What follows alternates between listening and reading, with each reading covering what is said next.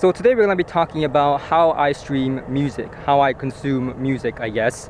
And it's usually through apps, right? Tidal, Spotify, Qobuz, is that how you say it? Or, ROON, whatever it is. But that may be news to some people. Like, for example, my girlfriend, she only plays Spotify. She knows about Tidal, but she only knows about it because of me. She doesn't, she didn't know about it before. So when I'm outside, I'm doing the exact same thing as she does. I'm taking out my phone and playing, Tidal, Spotify, or whatnot. And that's what I do. But that's not good enough for at least myself. I'll speak for myself. At least for myself, because the sound quality out of the phone directly is not the best thing. So let me share with you what I do and what I use when I'm outside and traveling, and what I do at home for streaming as well.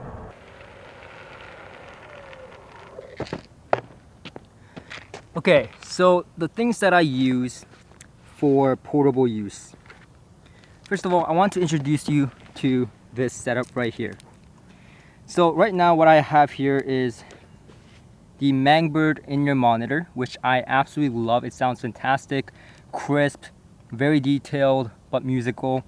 I love it. I'll link it in the description below for you to check out. Comes with this really nice cable as well. And then the most important thing is that I use an iPhone. But even if I don't use an iPhone, I like to use something like this, which is the THX DAC dongle. And what this does is it basically makes everything coming out of your phone sound better. And it doesn't matter if you're playing Spotify or Tidal, it sounds better. And I have tested it. It sounds better than just coming straight out of my phone with a Lightning to 3.5 millimeter adapter, because iPhones don't have 3.5 millimeters, remember? So if I want to use a dongle like this, then I do have to have a Lightning adapter from a USB to Lightning. And this one is really good and compatible because it comes with a adapter from USB-C to USB-A, Type A, and then you just connect it like so. And then you connect this to your phone. And then you connect the dongle to your in-ear monitor.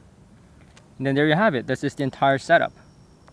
In-ear monitor, dongle, adapter, phone. Now this may seem like a lot, but trust me, it's not really. If you just put it in your pocket like so, you can even add like Velcro, which I've done before, and it works very well. It stays there, and then you can just put it in your phone and listen to music. And for apps, I just download Tidal app on the phone or Spotify, and I just listen to whatever music I like, and this is the setup I use. Now usually the in-ear monitor and the headphone section, even the dongle changes from time to time depending on what comes in for review, but this is the main setup and the main formula I like to use when I'm streaming music outside.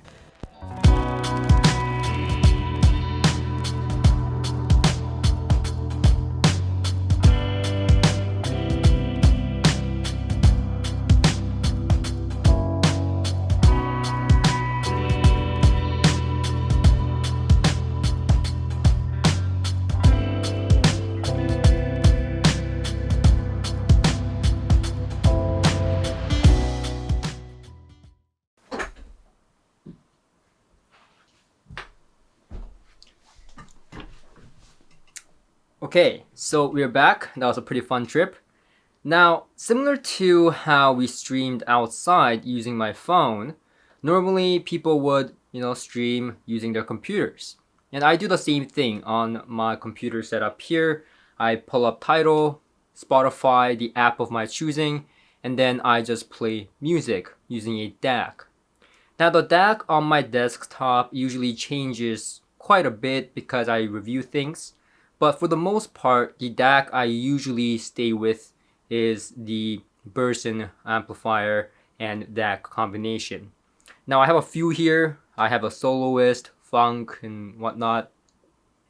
But Burson is the go-to for me because not only is it a good DAC solution, but also a good headphone amplifier because I also use speakers. It's a good speaker amplifier as well. And I'll link to some of the reviews I did for Burstyn components in the description below as well for you to check out, but that's what I use. So the first thing is to have a good digital to audio converter, a DAC. So that's the first step. Now the second step may be not something a lot of people consider, and something that definitely Tujin and I talk about quite a bit is using a DDC. And DDC is essentially what it kind of sounds like. It's just digital to digital. So I have something like this.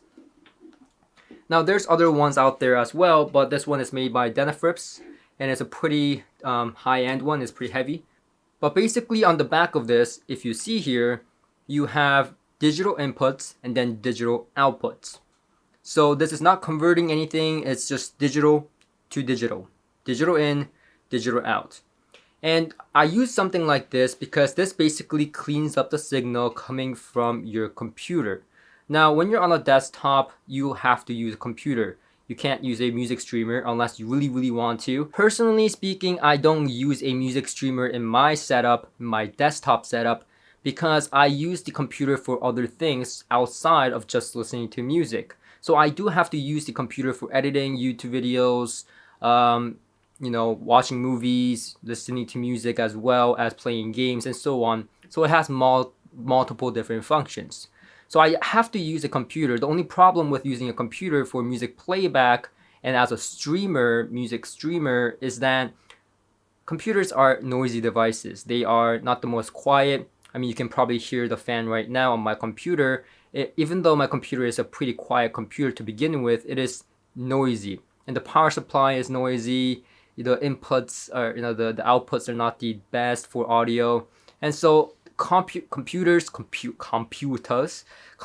are compromised for audio playback. And that's where the DDC kicks in. The DDC is essentially a cleaning device for your computer. And before you yell snake oil, it actually has been measured to perform better when you connect it to a DDC and then to your DAC. So the DDC basically goes in between your computer and your DAC. So computer, DDC, and then your DAC. And then to your headphone amplifier, and all that good stuff. But that's why I use a DDC in my computer setup. And honestly speaking, subjectively, I do hear an improvement in clarity, separation, and I hear it noticeably because especially in a near field setup like this, because the speakers are so close to me, I hear things more crisp, detailed, more nuanced, all that good stuff, lower noise floor, all that good stuff with the DDC connected. And it's funny because I actually had this conversation with Tujin the other day. He's been having a lot of problems with USB electrical noises for the longest time. It's fixed now, I believe, but he used to get these electrical noises through his USB from his computer. And inherently, that's a problem with using computer, is the noise. And he was trying a lot of different things, and then he just decided to stay with optical connection. Now, optical is light, so it's not supposed to introduce any noise or any stuff like that. So it's an easy way out. But the problem with optical is that it has worse jitter performance, and jitter is actually more audible to human ears than other things like noise floors and stuff like that. Just very briefly, optical is not the best connection that I personally prefer, because to me it sounds the worst. And so he's been using optical for the longest time. I keep telling him it's not the best thing, and we kind of disagreed on that. But recently he's gotten a DAC with some sort of DDC built inside, so that was eliminated, and he was back to using USB. And he heard a massive difference, and he was very happy with how the USB sounded. So that's another I told you so moment for me.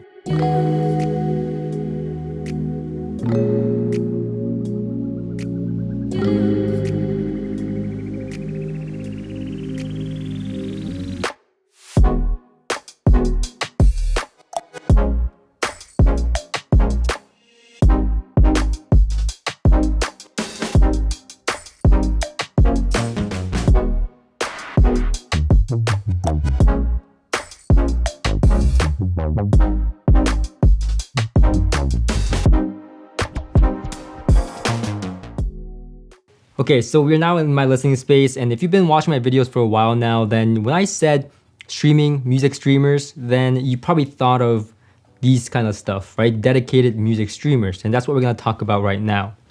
Now, there's a lot of brands out there, and it was, Blue Sound, Rose HiFi, which I reviewed recently, Orender, Lumen. There's a lot. But all these streamers, there's a lot of them because there's sonic differences, but also functionalities as well. And I think that's where most people kind of miss the point, is actually looking at the right functionalities they require. For example, I'll give you a few examples of the stuff that I use in my system and why I use them, because my case scenario is going to be different from yours. So for example, I have the Inuus because I use ROON, and it's a ROON core, and a lot of streamers are not ROON cores, they're ROON endpoints. So having a ROON core so that I don't have to use my computer as a ROON core is especially beneficial to me. That's why I have the Inuus Zen Mini Mark III. Plus, it rips CDs, and I have a lot of CDs that I want to store into my ROON so that I can play it in all one place, so that I don't waste any time when I come into my listening room. I can hit play and play music right away without wasting any time, because the last thing I want to do is enter my listening room and then be out 15-30 minutes without any music. I want to be playing music when I enter my listening room. So that's what Inuus Zen Mini Mark III is good for. Now let's say I have another room, or I want a ROON endpoint. That's what the Matrix audios are for. The Element I, the Mini I, both of them are ROON endpoints. So this means that you don't need any cables when you have the ROON core running, which is the Inuus. I can just click, add the Matrix, and play them. Easy as that. So I can have multiple ROON functionalities as well if I have ROON endpoint enabled devices, like the Matrix. Now aside from that, I have something like the Blue Sound here, which is very popular. This is popular because it is inexpensive, it's a good starting point. It is also a ROON endpoint, has a lot of functionalities like AirPlay, it has its own BlueOS app, and it has many functionalities that's easy to use, and it sounds decent. It's not the best sounding. I think Matrix sounds better than this, but that's why a lot of people like it, because it's so intuitive, easy to use, and it sounds decent. Matrix audio would be like the next step up, and I say that because it has a better DAC inside. It has Saber DAC chips that are more detailed, more audiophile oriented. So if you like detail, like a little bit more micro details, a little bit more neutral sound, a little bit less grain to the sound, more resolution, that's what Matrix audio is good for. And Matrix audio guys are really good with digital stuff, I found, because the DAC that I loved so much, the Dodge 7 DAC, the tube DAC that I gave a huge award to, yeah, that DAC, the output stage is made by Dodge Audio because they're analog guys, but the digital section is entirely done by Matrix Audio. It's a collaboration between the two companies. So their DACs naturally are very, very good. Matrix Audio is very good with digital stuff. So their streamers are naturally very good as well, but it also has DACs built inside that are extremely, extremely good in my opinion. Now, does the Matrix Element I sound better than the Mini I? Arguably. The Mini I is more detailed in my opinion, even though it's less expensive. The Element I has a little bit more body to the sound in the mid-range and the bottom end. So really, it's small differences, but those differences can mean a lot of things depending on what kind of system you have, what kind of balance you want in your system. And when you're at a level where you want a streaming capability in your space, this is where it is. You need to pick the right feature first and then look at the sound as well. So the Matrix, in my opinion, falls under the neutral to a little bit more detailed kind of category. So that's what you want to look at. And also the Element I, which is a little bit more higher end than the Mini I, has more inputs and outputs. And that's also something you have to look at when I say features. It's not just what kind of streaming services does it provide, but also the inputs and outputs that you may need for your system. So these are all things that you need to consider. And in my opinion, I think a lot of the streamers out there sound great for the money these days. You can go infinitely expensive with streamers. But in my opinion, a good streamer that has a good DAC inside is the way to go. And if you want to go crazy with just streamers, standalone streamers, and separate DACs, that's gonna cost a lot of money. It's gonna sound better, but I think that for most people out there, even myself, I'm speaking for myself, I should say, I think a built-in DAC inside a streamer that's really decent, like the Matrix Audio, is the way to go. Now, for the most part, I think a computer with a DDC, like I explained before, is perfectly fine. I mean, it sounds really wonderful, and for most people, I think that's perfectly fine. But when it comes to certain units that you need for music streaming, for 2-channel audio, it's just beneficial because it's convenient. You have your music in all one storage place. You have the features you need. Do you need AirPlay? Do you need Tidal? Do you need Qobuz? Do you need ROON? These are all questions that you need to ask yourself when you're choosing a music server or music player or whatever for your 2-channel setup. These fit my needs because I also play AirPlay, Tidal, ROON, RIP CDs. These are all functionalities that I need or want, but they may not be necessarily needed for you when you play music. It's about convenience and also sound. You just gotta watch out for the features that you need and the outputs and inputs that you need, and make sure you're optimizing your system so that you're getting rid of all the stuff that you don't need and have only the ones that you do need. And at the end of the day, you're saving money and getting best sound quality possible. And I think for certain cases, something like the Pi, right? Pekin Pi, Raspberry Pi, these Pi devices that you configure can be quite beneficial and can be had for a much less price. However, they do have their own shortcomings with their input, sound qualities, or output sound qualities, I should say, and power supply and so on. And I think they can sound great, and if you're happy with that, that's perfectly fine. But if you're looking for something a little bit more better sounding, a little bit more higher in functionality with more outputs and inputs and so on for your system, I think that's where you should look at stuff like Inuus, Matrix Audio, and so on. So that's pretty much it from me, and that's why I use and what I use in my system. So I hope this was hopefully informative and helpful to you. And if it was, then please do click that like button because it does help us out tremendously and it doesn't really cost you anything. And also consider supporting us on our Patreon if you feel like it, and to support our continuous development of these honest videos. Okay, that's pretty much it from me. Thank you for watching, guys, and I'll see you guys on the next one.